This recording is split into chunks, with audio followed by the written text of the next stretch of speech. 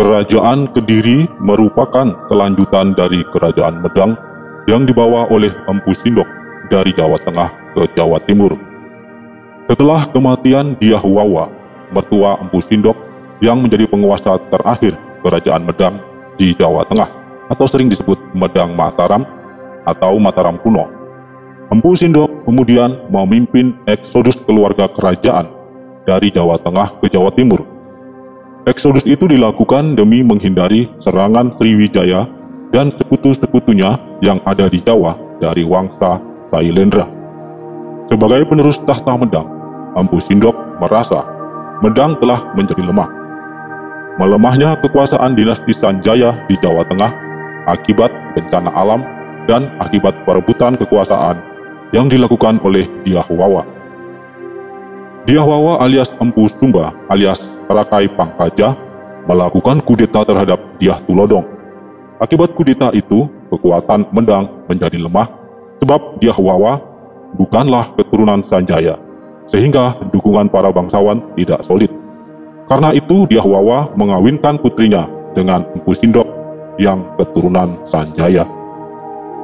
Meskipun Empu Sindok masih keturunan Raja Sanjaya, namun Empu Sindok tidak menyebut dirinya sebagai bagian dari Wangsa Sanjaya, tetapi dia mendirikan dinasti baru yang diberinya nama Wangsa Isyana.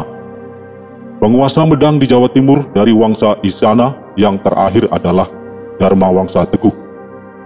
Kerajaan Medang berakhir dengan terbunuhnya Dharma Wangsa Teguh oleh serangan dari sekutu Sriwijaya di Jawa, yaitu Raja Wurawari dari Kerajaan Tamuan di Cepu. Kerajaan yang didirikan oleh Empu Sindok pada tahun 929 Masehi itu berakhir pada tahun 1016 Masehi.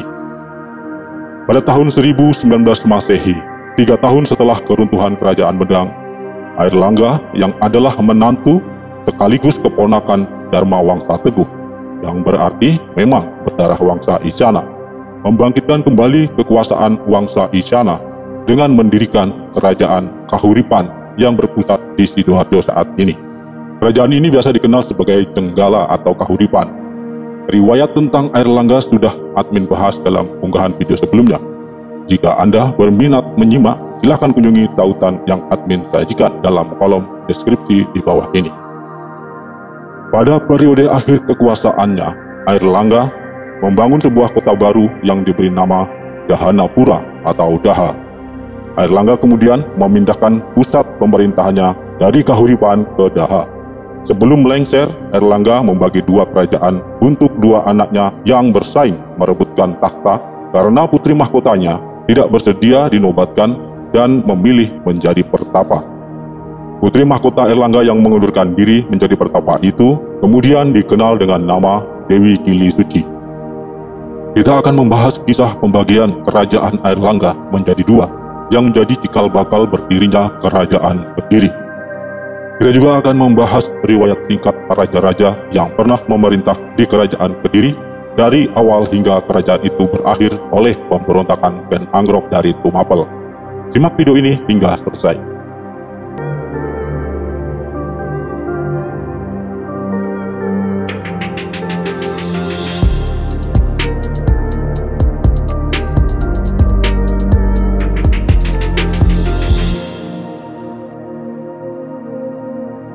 Setelah anak tertua Airlangga yang menjadi putri mahkota mengundurkan diri dan memilih menjalani hidup sebagai pertapa, yakni Sang Ramawijaya Tunggadewi alias Dewi Kili Suci, Airlangga mengangkat Sri Samarawijaya menjadi putra mahkota.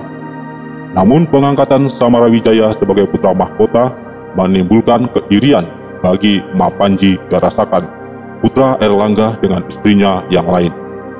Ketika Airlangga berencana lengser sebagai raja dan mau menjalani kehidupan sebagai pertapa seperti yang dijalani oleh putrinya Dewi Kili Suci, persaingan antara Samarawijaya dengan Mapanji Garasakan untuk mewarisi tahta ayahnya semakin kuat. Berdasarkan kisah yang tercatat dalam serat calon ara, Airlangga kemudian meminta bantuan gurunya, Empu Baradah, untuk melobi adiknya yang menjadi raja di Bali.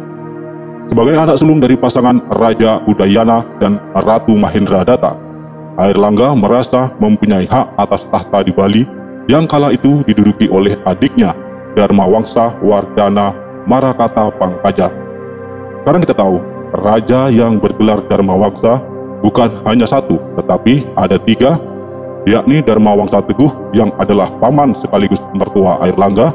Airlangga sendiri dalam gelar abisekanya juga menggunakan Dharmawangsa, dan adik Airlangga yang bernama Marakata juga menggunakan gelar Dharmawangsa ketika menjadi raja di Bali.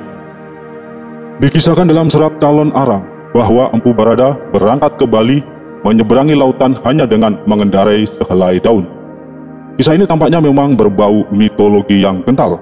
Namun kisah tentang orang-orang sakti seperti itu tidak mengherankan. Seperti halnya dalam Pararaton, dikisahkan bagaimana Ken Angrok bisa terbang hanya menggunakan sayap dari daun tal. Jika nalar Anda tidak bisa menerima kisah-kisah seperti itu, tidak usah memaksakan diri untuk mempercayainya. Admin hanya menyampaikan kisahnya sesuai yang terdapat dalam sumbernya, yaitu serat Calon Arang. Sesampainya di Bali, Raja Marakata Pangkaja menolak permintaan Empu Barada untuk menyerahkan tahta kepada salah satu anak Airlangga. Marakata mengatakan bahwa dirinya juga punya anak dan akan menyerahkan tahtanya kepada anaknya sendiri. Sesuai pesan Airlangga, jika Marakata tidak bersedia menyerahkan tahta, tidak usah dipaksa. Oleh karena itu, Empu Barada kemudian kembali ke Jawa dan melaporkan kepada Airlangga bahwa Marakata tidak bersedia menyerahkan tahtanya. Demi menghindari pertumpahan darah antara kedua anaknya, Airlangga akhirnya memutuskan membagi dua kerajaannya. Untuk menetapkan batas pembagian kerajaan warisan Airlangga kepada dua anaknya, sekali lagi Airlangga meminta bantuan gurunya Empu Barada. Empu Barada sekali lagi melakukan tugas yang diberikan oleh Airlangga dengan cara yang fantastis, yaitu terbang menggunakan sehelai daun, kemudian mengucurkan air suci dari dalam kendi yang dibawanya ke sepanjang wilayah yang dilintasinya. Setelah selesai membuat batas wilayah dengan menggunakan air suci, Empu Barada memberikan kutukan atas batas yang telah dibuatnya. Barang siapa melanggar batas yang telah ditetapkan itu, maka dia akan kehilangan tahtanya. Hal itu dilakukan untuk mencegah terjadinya perebutan wilayah oleh kedua belah pihak. Airlangga menamai dua kerajaan yang sudah dibelah oleh Empu Barada itu dengan Kerajaan Jenggala yang berpusat di Kahuripan dan Kerajaan Panjalu yang berpusat di Daha. Kerajaan Jenggala diberikan kepada putranya yang bernama Mapanji Garasakan, sedangkan Kerajaan Panjalu diberikan kepada putranya yang bernama Samarawijaya. Setelah melakukan pembelahan kerajaan dan mewariskan kepada kedua putranya, Airlangga menjalani hidup sebagai pertapa hingga akhir hayatnya. Ketika menjadi pertapa, Airlangga dikenal dengan banyak nama. Bahwa Tanah Jawi menyebutnya Resi Gentayu, serat Calon Arang menyebut Resi Airlangga Jatiningrat, sedangkan prasasti Pamuatan dan prasasti Sumengka menyebutnya Resi Aji Paduka Empungku. Airlangga meninggal tahun 1048 dan abunya didermakan pada Candi Belahan di lereng Gunung Penanggungan.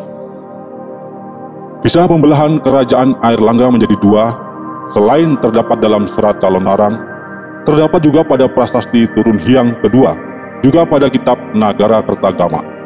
Sedangkan Empu Barada identik dengan Empu Narotama yang banyak disebut dalam prasasti-prasasti yang ditulis pada era Airlangga. Empu Narotama adalah seorang pendeta Buddha yang setia menemani Airlangga dalam keadaan suka dan duka jika masih dalam pengembaraan dalam pengejaran tentara-tentara Sriwijaya. Pembagian wilayah menjadi dua kerajaan yang dilakukan oleh Empu Barada dirasa tidak adil oleh Mapanji Garasakan, sebab wilayah Jenggala lebih sempit daripada wilayah Panjalu. Hal itu dilakukan oleh Empu Barada karena memang Sri Samarawijaya adalah putra mahkota dan anak dari istri Airlangga dari keturunan Wangsa Isana. Samarawijaya adalah cucu Dharmawangsa Teguh, sedangkan Mapanji Garasakan adalah anak Airlangga dengan istrinya yang lain yang bukan keturunan raja. Sekalipun Empu Barada telah menetapkan kutukan atas batas yang dibuatnya, sepeninggal Airlangga, kedua kerajaan itu tetap sering terlibat peperangan akibat perebutan wilayah. Pada akhirnya, Panjalu menang dan menganeksasi seluruh wilayah kerajaan Kahuripan sebagai bagian dari Panjalu. Panjalu kemudian lebih dikenal sebagai Kerajaan Kediri atau Kadiri. Berikut ini riwayat singkat raja-raja yang pernah memerintah di Kerajaan Kediri, mulai dari Samarawijaya hingga Kertajaya. Raja pertama, Sri Samarawijaya. Sri Samarawijaya adalah raja pertama dari Kerajaan Kediri. Pemerintahannya dimulai dari tahun 1042 Masehi. Sri Samarawijaya memiliki gelar lengkap Sri Samarawijaya Dharma Suparnawahana Teguh Utunggadewa. Penggunaan unsur nama Teguh di dalam gelar abhisekanya menegaskan bahwa Samarawijaya adalah keturunan dari Dharma Wangsa Teguh. Sebelum dinobatkan sebagai raja, Samarawijaya disebut dalam prasasti Pucangan yang terbit tahun 1041 Masehi sebagai Rakrean Mahamantri Ihino, yaitu jabatan untuk seorang putra mahkota. Jabatan ini sebelumnya diemban oleh kakaknya Sang Ramawijaya Tunggadewi yang mengundurkan diri dan menjadi pertapa yang kemudian dikenal dengan nama Dewi Gili Suci. Berdasarkan cerita dalam prasasti Pamuatan dan prasasti Gendakuti, Raja Sri Samarawijaya naik tahta di saat Airlangga turun tahta menjadi seorang pendeta. Berbeda dengan ayahnya, Airlangga yang sangat rajin menerbitkan prasasti. Pada era Samarawijaya ini dikenal sebagai masa kegelapan sejarah, sebab dia tidak meninggalkan catatan apapun dalam bentuk prasasti maupun karya sastra lainnya. Sangat mungkin hal ini disebabkan oleh situasi yang tidak kondusif akibat perebutan wilayah antara Jenggala dan Panjalu, sehingga sang raja tidak sempat memikirkan untuk membuat prasasti apapun. Akhir pemerintahan Samarawijaya pun tidak diketahui dengan pasti. Prasasti yang menceritakan nama Raja Kediri selanjutnya adalah Prasasti Sirah Keting yang dibuat pada tahun 1104 Masehi. Prasasti ini dibuat oleh Raja Sri Jayawarsa. Tidak diketahui apakah Raja Sri Jayawarsa merupakan pengganti langsung dari Raja Sri Samarawijaya ataukah masih ada raja lainnya di antara keduanya, mengingat jarak masa kekuasaan Samarawijaya dengan Jayawarsa lumayan jauh. Raja kedua, Sri Jayawarsa. Sri Jayawarsa memerintah di tahun 1104 Masehi dengan gelar Sri Maharaja Jayawarsa Dikjaya Sastra Prabu. Tahun ini adalah tahun pembuatan prasasti Sirah Keting yang dibuat ketika Sri Jayawarsa memerintah. Tidak diketahui dengan pasti kapan Sri Jayawarsa dinobatkan menjadi raja. Juga tidak diketahui kapan turun tahta. Prasasti Panumbangan yang dibuat setelah era pemerintahan Sri Jayawarsa hanya menyebutkan makam Jayawarsa berada di daerah Gajapada. Tidak diketahui juga bagaimana hubungan Jayawarsa dengan Samarawijaya, apakah anak atau cucu atau apa. Dua prasasti yang dibuat oleh Sri Jayawarsa, yakni Prasasti Sirah Keting ditemukan di Ponorogo dan Prasasti Meruwa ditemukan di Kediri. Kedua prasasti itu merupakan piagam penetapan wilayah Sima Swatantra, yaitu desa yang dibebaskan dari pungutan pajak. Dalam prasasti-prasasti itu dikisahkan bahwa Sri Jayawarsa sangat mencintai seluruh rakyatnya. Bahkan dirinya selalu berusaha untuk meningkatkan kesejahteraan seluruh rakyatnya. Raja ketiga, Sri Bameswara. Dari prasasti Pikatan yang dibuat tahun 1117 Masehi, diketahui pada saat itu Sri Bameswara memerintah kerajaan Kediri. Bameswara sebenarnya cukup rajin menerbitkan prasasti. Prasasti-prasasti itu ditemukan di wilayah Tulungagung dan Kertosono. Informasi yang didapat dari prasasti-prasasti itu mengatakan bahwa Sri Bameswara ketika menjadi raja menyandang gelar abhiseka Sri Maharaja Rakai Sirikan Sri Bameswara Sakala Buwana Tustikarana Sarwani Wariwirya Parakrama Dikjaya Utunggadewa. Panjang banget.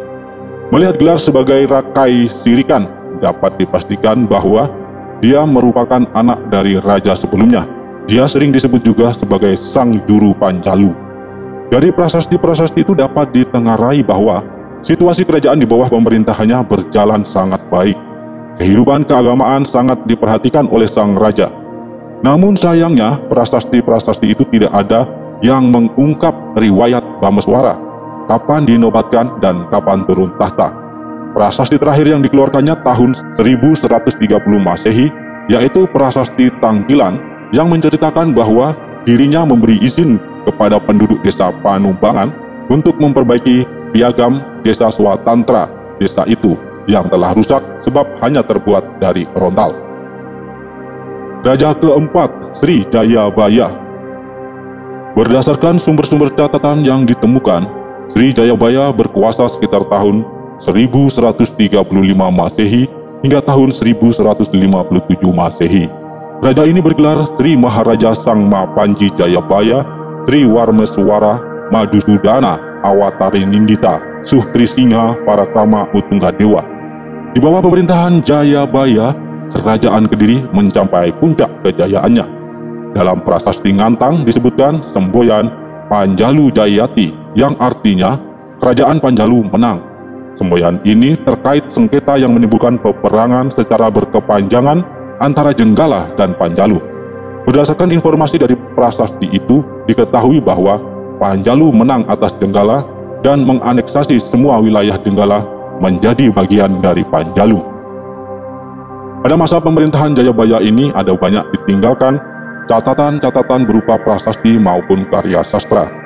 Catatan prasasti yang ditemukan yakni Prasasti Ngantang tahun 1135 Masehi, Prasasti Talan tahun 1136 Masehi, dan Prasasti Jepun tahun 1144 Masehi.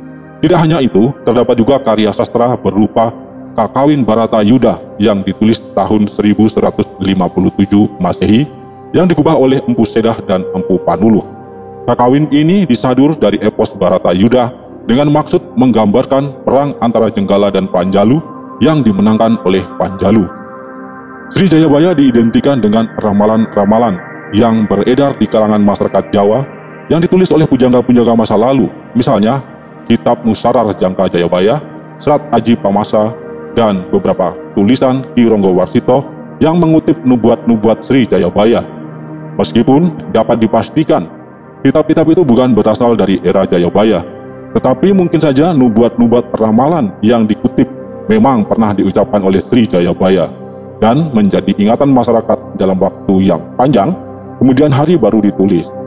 Tetapi bisa juga bukan berasal dari Jayabaya, melainkan diatasnamakan Jayabaya agar masyarakat mempercayainya. Memang agak aneh, pada era Jayabaya telah ada pujangga-pujangga besar sekaliber Empu Sedah dan Empu Panuluh yang berhasil menggubah sebuah karya besar Kakawin Bharatayuddha, namun mereka tidak menulis apapun tentang ramalan Jayabaya. Banyak serat dan babat yang berasal dari era jauh sesudah kerajaan Kediri eksis memuat riwayat Jayabaya, diantaranya adalah babat Tanah Jawi dan Serat Aji Pamasa. Namun kisah tentang Jayabaya dalam karya-karya sastra itu banyak bercampur mitos dan dongeng. Misalnya tentang silsilah Jayabaya yang bernasab sampai ke tokoh-tokoh pewayangan hingga ke Nabi Adam. Namun di sisi lain, untuk hal yang paling mudah, justru menyajikan data yang menyimpang jauh dari fakta sejarah. Disebutkan bahwa Jayabaya memimpin sebuah negara yang bernama Widarbha yang beribu kota di Mamenang, berayah Gendrayana, berkakek Yudayana, sedangkan Yudayana adalah putra Parikesit, Parikesit adalah putra Abimanyu, dan Abimanyu adalah putra Arjuna dari Wangsa Pandawa. Faktanya, negara yang dipimpin Jayabaya adalah Panjalu atau Kediri yang beribu kota di Daha. Maka sulit dimengerti jika silsilah yang disampaikan memang benar adanya. Jika Jayabaya adalah pengganti langsung Sri Bhameswara tanpa melalui kudeta pemberontakan, sangat mungkin Jayabaya adalah putra Bhameswara, atau jika tidak, setidaknya menantu atau keponakan. Seperti halnya Airlangga, Jayabaya pun dianggap sebagai titisan Wisnu.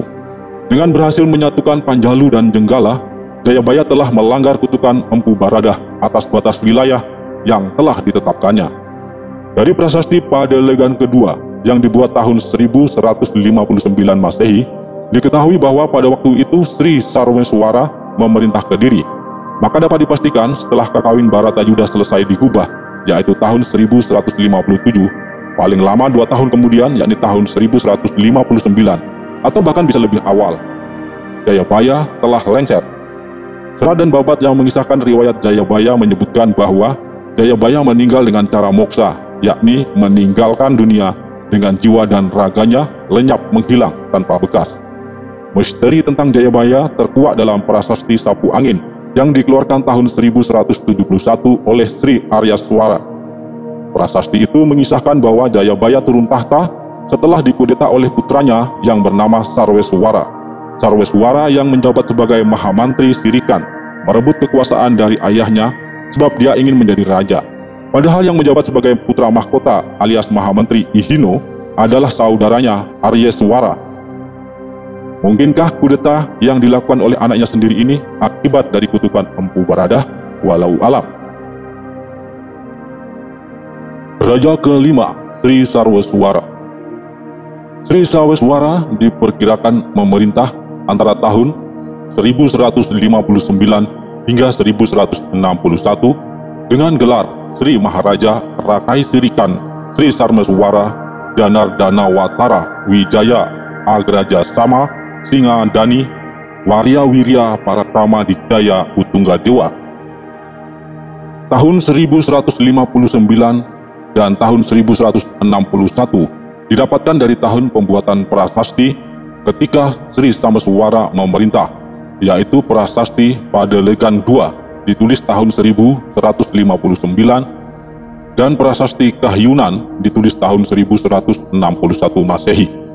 Sedangkan prasasti-prasasti berikutnya yang ditemukan adalah prasasti Angin atau Sapu Angin yang ditulis tahun 1171 Masehi, menunjukkan bahwa Sri Sarweswara telah digantikan oleh Sri Aryaswara. Maka sesungguhnya kapan pastinya tahun penobatannya dan tahun lengsarnya pun tidak diketahui dengan pasti.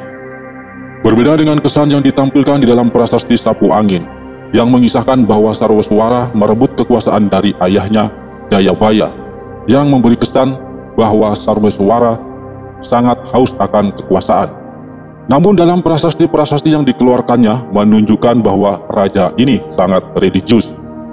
Sri Sarweswara adalah salah satu raja Kediri yang terkenal sebagai raja yang sangat religius.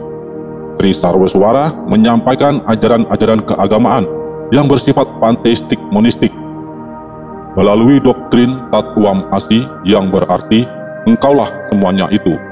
Sarweswara memandang bahwa Tuhan ada di dalam semua makhluk dan semua makhluk hanyalah satu. Tujuan setiap makhluk hidup adalah kesatuan dengan yang satu, yaitu bersatunya antara jiwatma dengan paramatma, antara makhluk dengan Tuhannya. Jalan yang benar adalah jalan yang menuju kepada kesatuan tersebut, sedangkan jalan yang menghalang-halangi kesatuan itu adalah jalan yang keliru. Melalui prasasti Sapu Angin diketahui bahwa Sarweswara pada akhirnya digulingkan oleh saudaranya putra Jayabaya juga, yaitu Sri Aryaswara. Raja keenam, Sri Aryaswara. Sri Aryaswara memerintah diketahui dari prasasti Angin yang dikeluarkan tahun 1171 Masehi. Prasasti Angin menyebut gelar Abhiseka Sri Aryaswara sebagai Sri Maharaja Rakehino Sri Aryaswara Madhusudanawatara Arya Muka dengan lambang pemerintahannya adalah Ganesha. Hanya sedikit catatan yang bisa diketahui tentang raja ini. Dari prasasti Jaring disebut kekuasaan Sri Aryaswara dilanjutkan oleh Raja Sri Gandra. Raja ketujuh, Sri Gandra. Pemerintahan Raja Sri Gandra diketahui melalui prasasti Jaring yang diterbitkan pada tahun 1181 Masehi. Dari prasasti itu diketahui bahwa Sri Gandra menyandang gelar Sri Maharaja Koncaryadipa Handabuwana Padalaka Parakrama Anindita Dijaya Utungga Dewa Sri Gandra. Prasasti tersebut menceritakan bahwa sang raja mengabulkan keinginan rakyat desa Jaring tentang anugerah raja sebelumnya yang belum terwujud, yaitu Tanah Sima Swatantra. Pengabulan permohonan ini disampaikan melalui Senopati Sarwajala. Dari prasasti itu diketahui ternyata sepeninggal Jayabaya, perang antara Jenggala dan Panjalu kembali sering meletus. Desa Jaring terletak di perbatasan antara Jenggala dan Panjalu. Anugerah Sima Swatantra dikukuhkan kepada desa Jaring sebab penduduk desa itu telah berhasil menghalau pasukan Jenggala yang hendak menyerbu Panjalu yang terjadi pada masa pemerintahan raja sebelumnya. Sri Gandra hanya menepati janji raja terdahulu yang belum dipenuhi. Berdasarkan informasi dari prasasti Semanding yang dibuat tahun 1185, pada tahun 1182 Sri Keswara naik tahta menggantikan Sri Gandra. Raja ke-8 Sri Kameswara. Berdasarkan prasasti Ceker yang dibuat tahun 1182 dan prasasti Semanding yang dibuat tahun 1185 Masehi, diketahui tahun 1182 Sri Kameswara naik tahta menggantikan Sri Gandra. Dari prasasti-prasasti itu diketahui bahwa Sri Kameswara menyandang gelar keprabuan Sri Maharaja Sri Kameswara, Sri Wikramawatara, Aniwariwirya, Anindita, Dikjaya, Utunggadewa. Pada era pemerintahan Kameswara, situasi keamanan dan kesejahteraan rakyat Panjalu sangat baik. Tidak ada peperangan antara Jenggala dan Panjalu, sebab Sri Kameswara adalah menantu dari penguasa Jenggala. Permaisuri Sri Kameswara, Sri Kirana, adalah putri Raja Jenggala. Jenggala dan Panjalu hidup berdampingan dengan damai sebagai dua kerajaan yang sejajar. Pada masa ini, hidup seorang pujangga besar bernama Empu Darmaja yang menulis sebuah karya besar berjudul Kakawin Semaradana. Kakawin Semaradana mengisahkan kelahiran Dewa Ganesha yang adalah putra Dewa Siwa dan Dewi Parwati. Dewa Ganesha adalah seorang dewa yang berkepala gajah yang menjadi simbol kerajaan Panjalu Kadiri. Kakawin Semaradana juga berisi kisah terbakarnya Kamajaya dan Ratih oleh api asmara yang keduanya menitis pada Sri Kameswara dan Sri Kirana sebagai pasangan yang saling mencintai dan membangun bahtera rumah tangga bersama. Raja ke-9 Sri Kertajaya. Berdasarkan temuan beberapa prasasti, di antaranya prasasti Galunggung dan prasasti Kamulan yang dibuat pada tahun 1194, prasasti Palah tahun 1197, dan prasasti Wates Kulon tahun 1205 Masehi, raja pengganti Sri Kameswara adalah Sri Kertajaya. Nama Kertajaya disebut juga sebagai raja terakhir Kediri oleh kitab Negara Kertagama. Sedangkan kitab Pararaton menyebut Kertajaya dengan nama Prabu Dandang Gendis. Kertajaya menyandang gelar Sri Maharaja, Sri Sarmeswara, Sri Wikramawatara, Anindita, Trenggala Lancana, Dikjaya, Utunggadewa. Gelar ini menunjukkan bahwa Kertajaya merupakan keturunan Sarmeswara, bukan Aryaswara. Kita ketahui berdasarkan prasasti Sapu Angin bahwa Sarmeswara adalah putra Jayabaya yang mengkudeta tahta ayahnya dan menyingkirkan putra mahkota Aryaswara yang berhak atas tahta tersebut. Pada masa Kertajaya, hubungan antara Jenggala dan Panjalu kembali memanas. Terjadi perang antara dua kerajaan itu. Di bawah pimpinan Tunggul Ametung, pasukan Kertajaya berhasil mengalahkan Jenggala.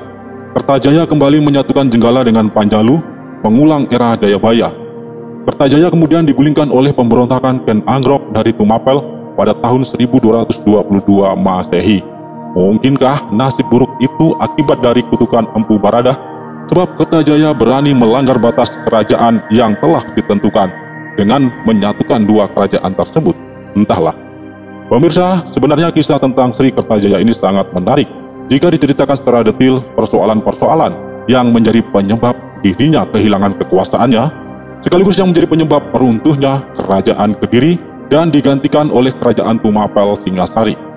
Namun karena narasi ini sudah terlalu panjang, admin akan mengupasnya pada video berikutnya terkait sejarah berdirinya kerajaan Tumapel Singasari. Pemirsa, demikianlah sejarah singkat kerajaan Panjalu atau Daha atau Kadiri, beserta riwayat singkat raja-raja yang pernah berkuasa di kerajaan tersebut. Mohon maaf jika dalam narasi ini ada kekeliruan, sebab tidak ada gading yang tidak akan retak, tidak ada manusia yang sempurna. Di atas langit masih ada langit, di atas ilmu masih ada ilmu. Sekalipun admin membahas riwayat raja-raja dari daerah tertentu, tidak ada maksud admin untuk menyinggung atau melecehkan daerah tersebut. Admin hanya menyajikan data sejarah sejauh yang bisa admin dapatkan berdasarkan literasi. Sejarah adalah peristiwa masa lalu yang akan berguna untuk hari ini dan esok, hanya jika kita mau belajar darinya dan mengambil hikmah dari peristiwa-peristiwa yang pernah terjadi. Jika Anda berbeda pendapat, silakan Anda berjalan dengan pendapat yang Anda anggap benar. Admin tidak menganggap narasi yang admin sajikan ini sebagai kebenaran tunggal. Terima kasih sudah menonton video ini hingga selesai. Semoga ada manfaatnya untuk Anda. Wassalam, salam dari Wong Curahjati, Rahayu, semoga Tuhan memberkati.